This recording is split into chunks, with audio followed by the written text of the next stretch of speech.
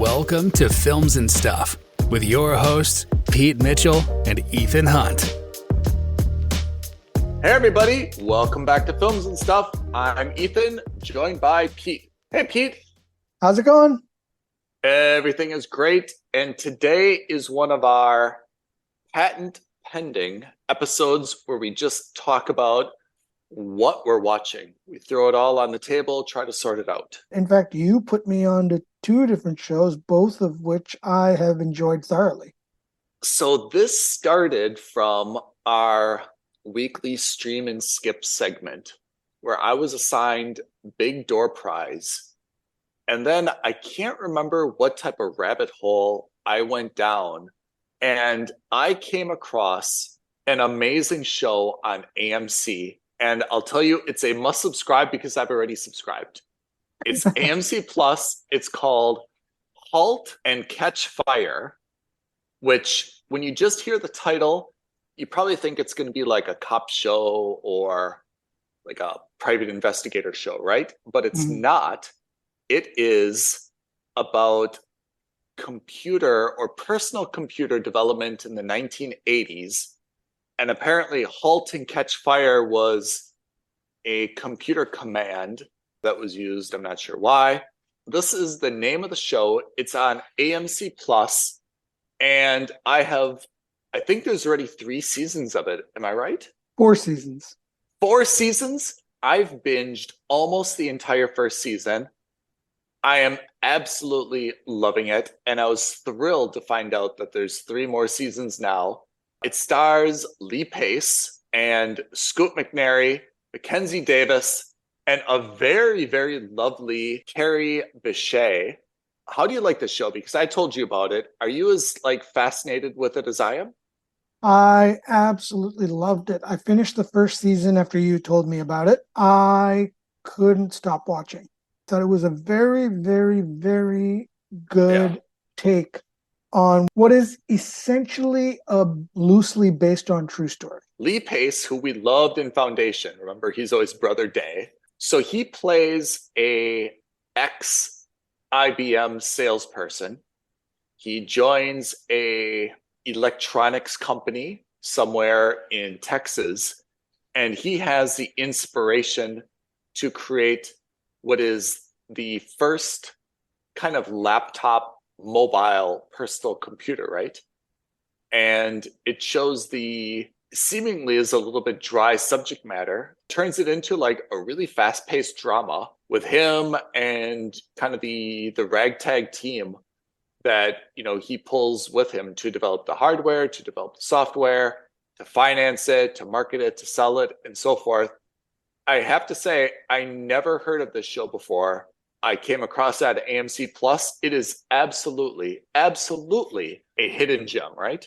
I think what they've done is they've taken the true story, like 2 or 3 different true stories, and picked bits and pieces from real history and melded it into this fictionalized version of history. I mean, I'm sure there's something very similar about like Dell computers. I mean, we've seen some Apple computer movies. I don't know if you've ever seen anything on Microsoft specifically in the development of Windows, but yeah, I mean, it's things that we've kind of seen. So it does seem to be combining a few strands of history, but I thought it was like really fantastic. I'm absolutely in probably for seasons 2, 3, and 4.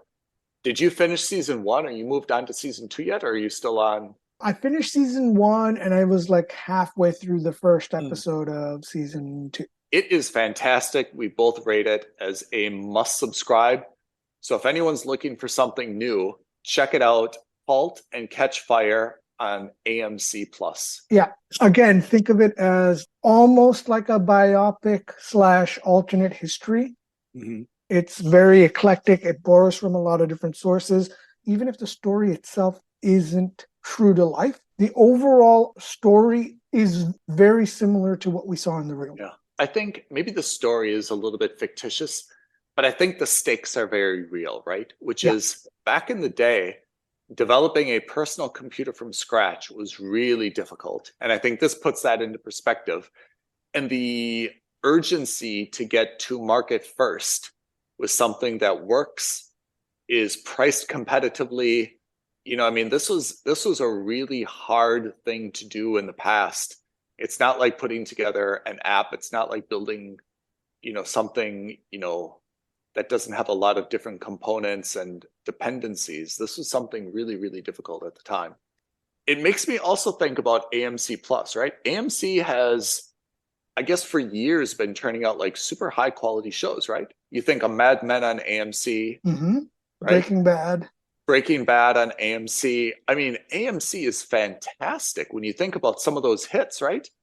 But they're also, I mean, I'm paying whatever it is now per month so that I can continue and watch Halt and Catch Fire. But I have to say, is there a reason that AMC is not more widely available? Is there a deal that they should be doing with someone else to kind of like get on a platform? So I think AMC has done deals internationally. I Yeah. think AMC is tied up with Amazon in the UK. So if you've got an Amazon Prime subscription, you can pay a supplement of whatever it is, $5 a month extra, whatever it is, or £5 a month, and Okay. you'll get access to AMC Plus. I hesitate to ask for more of AMC because it's a very small platform compared to others. Yeah. And I mean, Halt and Catch Fire was between 2014 and 2017. That's it. It's not a new show. It's not a It is brand new not show. a new show. It's 6 years old. Yeah. It's before we've seen Lee Pace and Foundation. Yeah, absolutely. But my point is that do you want to be subscribing to a platform for a show that ended 6 years ago? Probably not. But again, that is not how we score shows. That we do it purely on the basis of on the show individually. And then collectively, I mean, who knows if by the end of the year we see another 5 shows on AMC and they're all must subscribes, then you know that, hey, you know what? Even if these shows are old, the platform itself is still worthy of it. Can I interrupt you and say something though? Yeah. To be fair, and I have to say very few things in life are actually fair. But AMC, as I recall it, I'm paying on a month-to-month basis. I think it's $8.99, $9 a month, right? Let's say if I really needed to, I could probably watch all 3-4 seasons in a month, right? And I'd just hermit up in my house and you'd never hear from me and I'd finish it in a month. Realistically, this is probably a 2 or 3 month endeavor. If you multiply 9 by 3 months, $27, that's the price of a ticket to a cinema. I mean, it's not really that bad when you think about for 3 months, I'm getting to watch 4 seasons. That's actually pretty modest price. Yeah, absolutely. So I have to say, I actually don't feel so bad. If they were demanding a 12-month subscription, then I'd be like, whoa, do I want that just for one show that's like a few years old? But for a show that has 4 seasons, if I'm not gonna, it's not gonna take me a year to watch this. I feel like it's actually pretty good value for money. I don't feel like it wasn't really a big decision for me to like, should I, shouldn't I, So I took that into account. I agree with you. Look, we're now talking about value proposition as a fundamental basis, and that's also not how we review these things, right? Because it's not fair to judge the platform on the basis of one show. You have to judge the platform on the entirety of the platform. So if you're going to look at it that way, if you've never seen Mad Men, if you've never seen Breaking Bad or Better Call Saul, then AMC's value proposition, at least for this year, skyrockets, right? Yeah. Because then you have 3-4 shows, each with 4 or 5, 6 or 7 seasons. Yeah. Then you've got a year's worth of entertainment. That's different. But again, we're just looking at Halt and Catch Fire. The show itself is excellent. I thought the depiction of technology, I thought the depiction of sexism, I thought the depiction of coding in general, like the idea of what it took to succeed in technology as a programmer, all those kinds of things. It felt authentic. It felt genuine, even if it wasn't. It felt, and most importantly, it was interesting to watch. So that's our most recent gem that we found, Halt and Catch Fire. Are you a little bit surprised? I mean, you and I are constantly watching TV and researching. Are you surprised neither one of us have heard of this before, especially because we know Lee Pace from Foundation? We were both like raving about his performance, his brother Day, right? Yeah, I think I'm not super surprised because and herein lies the problem for these kinds of streaming platforms outside of the US, is the impact of AMC Plus is, it's going to sound like I'm exaggerating, but the impact of AMC Plus in the UK is zero to negligible at best. Yeah. Because your average UK viewer isn't subscribed to AMC Plus, probably doesn't even know it exists, because Better Call Saul, available on Netflix, Breaking Bad, Netflix. All of these deals were signed with these other streaming platforms, thereby negating the need for AMC Plus. And even if they said, okay, we're pulling everything from Netflix, I'm pretty confident that the average British viewer is not going to subscribe to AMC Plus for any of those shows. That's why I'm not surprised I didn't hear of it. I haven't lived in the US for decades now. I don't know what's available on AMC unless I'm looking for it. Yeah, I mean, I guess I'm in the same boat with you, but just because it was such a good show and it did have Lee Pace, I was just kind of like, like very rarely does something with 4 seasons kind of sneak up on me and like, Yeah. Especially if it's like in my wheelhouse. You know, if there's 8 seasons of Bridgerton, I'll say, well, I'm not surprised. Bridgerton's not my bag. Yeah. Right. But Halt and Catch Fire is like the sweetest of my sweet spots, you know? Technology drama, check. 1980s, check. Yeah. You know? Lee Pace, check. Right? Absolutely. It's pleasant to get these surprises, though. Yeah. Yeah, it definitely flew under our radar, but it's also a show that's kind of ideal for our average streamer skip episode. Which, again, you know, we're plugging our own show on our show. It's a bit meta, but this would have been an ideal streamer skip assignment. True. Can I transition to another ideal streamer skip assignment? Oh, yeah, please. Which was a find. So that was Halt and Catch Fire on AMC Plus. Both Pete and I rated a must subscribe. It's incredible. The second show that I found this week, and I'm super, super pleased with myself, is Unstable, starring Rob Lowe and his son, John Owen Lowe, on Netflix. Pete knows this because you talk to me every day. But for those of you who have been tuning in every week, I've been incredibly negative on Netflix for the longest time, shredding them really for the lack of quality original content. I cannot recall how I clicked on this first episode of Unstable, although I do love Rob Lowe. And I have to say, it took me maybe the first 2 minutes. Pete, as you recall, he's kind of like dancing in his underwear in his bedroom. I thought was pretty bad. I mean, I wasn't like at risk of turning it off, but emotionally, like I had very low expectations. By the end of the first episode, I have to say I was kind of like, this is actually pretty good. And by the end of the second episode, I told my brother, get ready for this. I told him it's almost as good as Arrested Development. Which means nothing to you, Pete, because you've never watched Arrested Development. No, I have. It was just have? not my bag, but I have. Yes, definitely. Oh, man. That's so strange that it's not your bag, because usually you and I have the same bag. Yeah, that's right. We do oftentimes share the same backpack. But for me, Arrested Development is, in the history of television, the funniest comedy. And I would have to say, second place, I really think, is Unstable. I think the performance of Lowe and his son It's just incredible. And Anna, the CFO, I think all the characters are an incredibly well cast.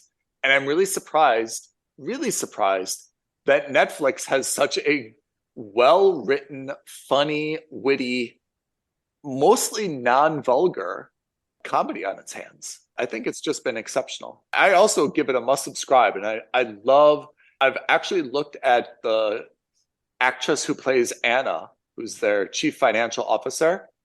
And I want to go back and watch some of the other stuff that she's been in because I think that her character is super, super funny. Rob Lowe, I always knew was kind of funny. And I think he plays his character very well. But I thought that Anna character is funny. I think that Lowe's son is actually pretty talented and gifted. And he plays, I don't know if you read the story. Did you know how this show was created? No. His son, John Owen, was basically complaining to people around him, his support group, saying, like, am I ever going to get out of my dad's shadow? You know, my dad is like such an iconic Brat Pack member, actor. Like, am I always just going to be the guy who's Rob Lowe's son? And they're like, look, stop trying to escape his shadow, lean into it, create your own show and talk about, you know, the challenges of being like outshined by your father. So he actually took the initiative and got some, I don't think he's a writer, but it was his inspiration. And he got the group together to write about it. And he leans into the idea that, you know, my dad's got this huge gravitational pull and, you know, I'm just trying to kind of make my own way. And I admire him, but at the same time, it's like super frustrating. So I think it's the chemistry that you see and the issues that you see are legitimate issues between them. I really enjoyed it. I thought it was much funnier as the season went on. Yeah. It grew on me. I think it took me a little bit longer than it did for you. But slow burn. It's a slow burn for you. It is a bit of a slow burn. I like the supporting cast more than I like Rob Lowe and his son's characters. Yeah. I thought that Rob Lowe plays a slightly different but very similar version of his character from Parks and Rec. Oh. That's why I was a little bit weirded out. Very good looking in both. They acknowledge that they're very good looking in both series, not self-aware at all in both, and both very, not just passionate, but very single-minded in what their goals are. And then they go out and do it. Everyone else be damned. I never watched Parks and Rec. Should I be watching that? So how you feel about Arrested Development as being one of the best comedies ever? Yeah. I would argue and say that probably Parks and Rec and 30 Rock are that for me. Okay. Really, really good. And knowing our senses of humor, I wouldn't be terribly surprised if you watched it and thought, it was fine. It was just not my bag. Oh, this is with Nick Offerman, right? Yes. Yeah. I've never watched it like seasons, but I've seen like some clips and stuff. Yes, you're right. I would absolutely love that. I think it's probably a little less funny than Arrested Development is for you. I'm just trying to think of it the way you think of it. But in terms of that awkwardness, in terms of that stare into the camera, what the hell, am I the only one who's seeing this kind of situation? Mm-hmm. I think Parks and Rec does a good job of that as well. Oh, man. Yeah, I would love that. I imagine that you would enjoy it, but I wouldn't be altogether surprised if you said that that was just a mooch for you versus a must subscribe. No, I've seen a little bit of it. I really like the Nick Offerman character. Yeah. I know that. Yeah. I think and it's funny because it's one of the few shows that actually gets better the longer it goes. Yeah. It ages very well. I think this show just got better and better every season. Yeah. I mean, that's what happens when you start strong and you get that runway to really do character development. Yeah. Then the quirks of the characters can really come out and you can have these long standing running jokes, right? And that's one of the things I love about Arrested Development is that they bring back old jokes. I don't want to say like they recycle the jokes, but they great work callbacks. They have the callbacks and they work in themes in really, really hilarious ways. And if you start strong with the first good few episodes and you can get renewed, then you've got that runway. When you start badly and a little bit slow, it's really hard to get that fabric woven properly because you're dancing, right? At that point, you're dancing with the network to try to stay on the air. You know, unfairly, that's kind of what happened with Community. If you ever watched Community, which, by the way, I would also argue is one of the strongest comedies I've ever seen on TV. But Community was always plagued by the network kind of being like, you're not doing the better numbers, et cetera. So there was always like this threat of cancellation that loomed over them. But despite that, Community produced some of the best comedic episodes I've ever seen. Really? Yeah. Also highly recommended. I mean, we need to have like a thing where I watch your comedies and you watch my comedies. Oh, yeah. I've never watched Community, though. I would argue you might like it slightly better than Parks and Rec because the humor is slightly more adult, slightly more skewed towards Arrested Development. Never watched this. Very smart humor, very good. Joel McHale, Jillian Jacobs, Childish Gambino, Danny Pudi, Allison Brie. I mean, it's really an all-star cast. Chevy Chase. Oh, yeah. So you said you have watched some Arrested Development, and Money's in the banana stand. The money's in the banana stand. The cornholer. Yeah. I mean, this is a little tangent, but I actually, at one of my best friend's weddings, I had to do a dance to Job's. The chicken dance? Not the chicken dance, to the final countdown. Oh, yeah. So we started dancing, and I started doing the robot just like Job did. All right, so Community and Parks and Rec are two. Did you ever watch Brooklyn Nine-Nine? Loved it. Yeah, Brooklyn Nine-Nine is funny, right? Yeah, so if you like that, if you like Brooklyn Nine-Nine, you actually also might like 30 Rock. Yeah. So that's Halt and Catch Fire. That is unstable. Yeah. But now, Pete, we need to get down to business, right? No more fun and games. Uh-oh. Mandalorian, new episode dropped. Where are we on this now? I feel like Mandalorian is always finding good ways to surprise and keep me engaged, even though I keep kind of doubting it and wondering where else the story can go from here. I really give them a lot of credit for like coming up with new plot twists and keeping me engaged. How do you feel? I'm not terribly surprised by where they've gone with this. That's not me trying to big myself up. I think that's just a logical conclusion based on what we've talked about in the past. Yeah. Disney has always wanted to make their universe and try to expand it with as many side shows and spin-offs as they can. Yeah. So coincidentally enough, yesterday the teaser trailer for Ahsoka dropped. There's a lot going on. Jude Law's got a show on with them on the Star Wars universe. I think his is called Skeleton Crew. But they also lost a few over the last couple seasons. And one of the ones that people were looking forward to that they lost was Rangers of the Republic, because of the controversy that happened with Gina Carano. Yeah. As soon as we saw Bo-Katan last season, you and I both predicted that she would not just reprise her role, but potentially take a spin-off. Yeah. And I think this season is basically the launch pad for her own spin-off. Yeah. Because, first of all, Katie Sackhoff, awesome.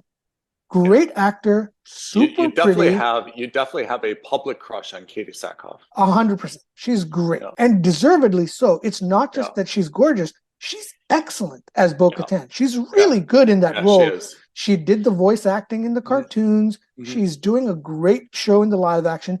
She's very physically qualified. Like, her action sequences are pretty stellar. Yeah. She's more than capable.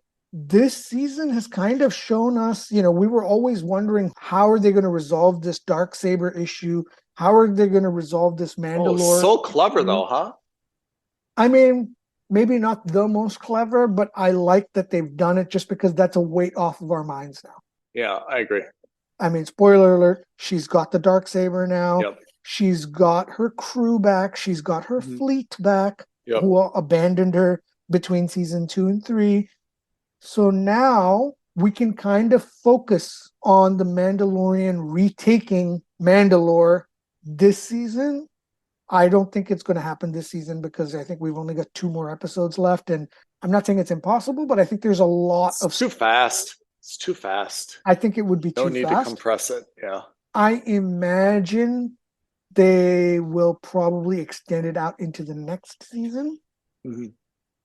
But again, I wouldn't be surprised if they do it by the end of this season and kind of start building up a colony or an outpost there and restarting Mandalorian civilization, as it were. I imagine then what they'll do is the Mandalore story will continue with Bo-Katan on her own show. Mm-hmm. And then Din Djarin's story with Grogu will continue on his own show. I have no sense of where he's going with Grogu after this. Do you? It's questionable. Every season, there's been kind of like let's say, a defined story arc and goal. But I don't know what that's going to be for the Mandalorian in this case. I just don't know. After they take back Mandalore, which I'm sure they will, I don't know where they go next. I mean, do they really need to take back Mandalore, or they just need to inhabit Mandalore? Obviously, they need to inhabit it, but they take back as in like reclaim it, not just in terms of from the wildlife, but also reclaim it in that sense, like what we saw them do very needs to be masterfully. Like formally recognized. Exactly. Yeah. And I think they did that masterfully in this episode. Jack Black. And it was just a very throwaway line by Lizzo and Jack Black. Yeah. But the idea is you help us out. Oh, that's Lizzo? Yeah. Huh. I'm pretty sure at least. And the idea is that, hey, if you help us out, we will formally recognize you and bring it up at the Senate. That's no small thing. Yeah. Yeah, because it's not enough to just take back the planet. Eventually, you'll want to build up the reputation of that planet once again.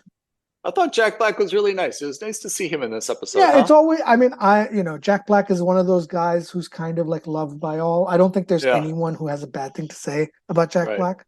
It was really nice to see him in that episode. Grogu did a little bit of his Grogu stuff, but of course, it was nice that they also didn't like pander to him too much. I think that's really the line that they want to walk, where they show minimum facial expressions. Like I thought, like on the Hyperloop, they were going to show him like get thrown back in his seat or something, and they refrained from that, and I was really pleased. They showed him playing like this bocce ball thing a little bit, and I thought that was it. Don't just overexpose him. I'm really enjoying The Mandalorian, though. I have to say, 2 more episodes for me. The penultimate episode of a season is always, I won't say the most important, but it usually is the one where everything starts to come into focus. It's the highest stakes, definitely. Yeah, because the last one, what they're going to have to deal with, and it's going to kind of like spill over until the next season, right? But it's the second to last episode where like the big thing comes up, and now what they're going to have to deal with head on. So I kind of look forward to the second to last episode the most, so that I have a sense of where things are going, and that's really exciting, I think, in Mandalorian. Yeah, I imagine they're setting it up for some kind of crazy-ass battle on Mandalore. Well, Moff Gideon is somehow coming back. That's exactly right. Marginalized in this last episode, right? Yes. It wasn't addressed whatsoever, I don't think. Moff Gideon's coming back, and remember they found Beskar on the escape craft. Yeah. So there's some link to potentially a Mandalorian helping him escape. We don't know. That was so weak, though. That's probably going to come into play in this next episode. Yeah. Setting it up for some kind of final battle with the remnants of the Empire. Yeah. In episode 8. Or that's going to come into play next season. I thought that was just so weak, though. Okay, they find an abandoned craft. They send in like a drone to examine it. And then the guy's like, oh, wait, I see something shiny on the wall. Oh, it's a piece of Beskar steel. I mean, like the whole thing was just a little bit too contrived. It really isn't a conclusion that you can draw. I mean, there's a lot of other conclusions you can draw from this other than, oh, a Mandalorian must have helped him escape, right? Like, or maybe it's a plant. Maybe exactly. Because that's the kind of thing Gideon would do, is plant something like that to implicate the Mandalorians, and then the Mandalorians have to now fight the New Republic. Yeah. And that becomes a problem. I just thought the whole thing was too. That's bad storytelling, in my opinion. Like it was just too tidy in terms of how they Too just kind of early to like, tell. I think that if it's a plant, I think that's brilliant. If it's, a Mandalorian is helping them out, then it becomes kind of like a pseudo civil war within the Mandalorians, and that becomes contrived. yeah, Because I like the idea that right now the armor has basically said that it's your job, Bo-Katan, to unite all the different clans. I yeah, loved it. I I just agree. thought that was brilliant because Yep. it goes past this idea of a civil war, because the civil war already happened, so we don't need to relitigate it. And the idea was always, the prophecy always was that she was going to unite them all.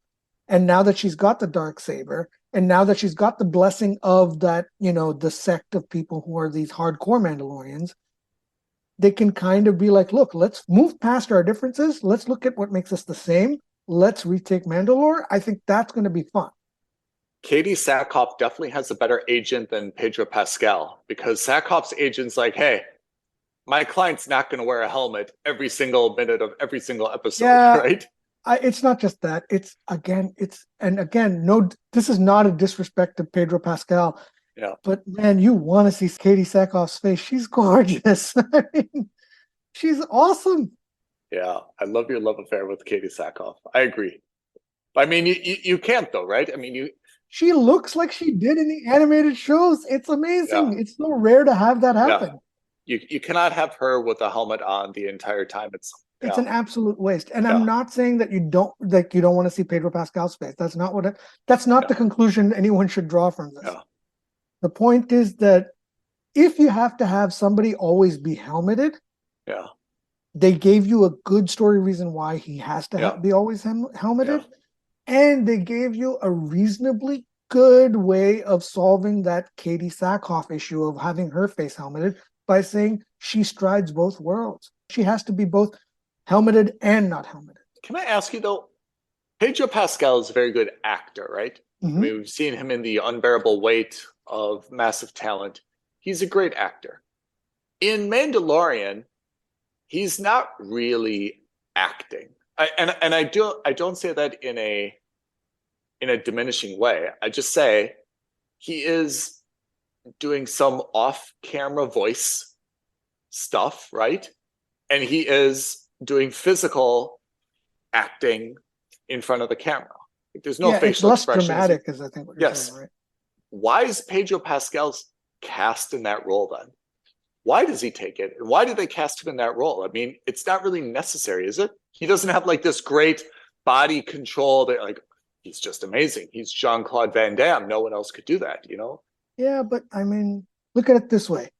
Yeah. When Pedro Pascal was cast, he was still somebody, but he wasn't, I wouldn't have considered him an A-list guy 5 years ago. That's true. I didn't think he was an A-list actor. Yeah. Not bad, don't get me wrong. He was very popular in Narcos, etc. But I wouldn't have called him an A-tier actor or an A-list actor, right? Even if he were, what human being in Hollywood or even outside of Hollywood wouldn't want to potentially be an iconic Star Wars character on the same level as Boba Fett, if not further, or as any of the androids, or as Luke, or as Leia? Look, for me, the A tier is always going to be Han, Chewie, Luke, Darth Vader, those guys. Right. The next tier, it's him. I have to say, you pitch it very well.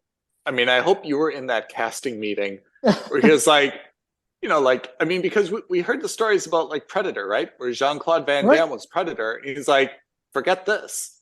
Like, I'm not going to be something where you can't see my head or my face, right? He's like, I quit. And I feel like Pedro Pascal could have kind of done the same thing, which is, like, I'll take the role, but like, I want my helmet off at least sometimes. And like, nope, you got to keep it on except for once.